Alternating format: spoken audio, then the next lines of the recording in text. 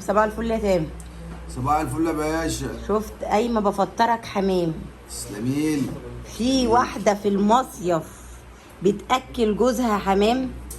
انا يا جماعه اكلت جوزي حمام في المصيف زي ما انتوا شايفين. تسلميلي. ايه رايك في الحمام؟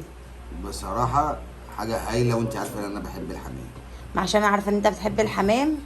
ماشي. ايوه. عملت لك حمام في المصيف. تسلميلي يا ما حبيبتي. خليتش نفسك في حاجه. تسلميلي. عملت لك رز، بص زي ما نوعين رز زي ما انت بتحب.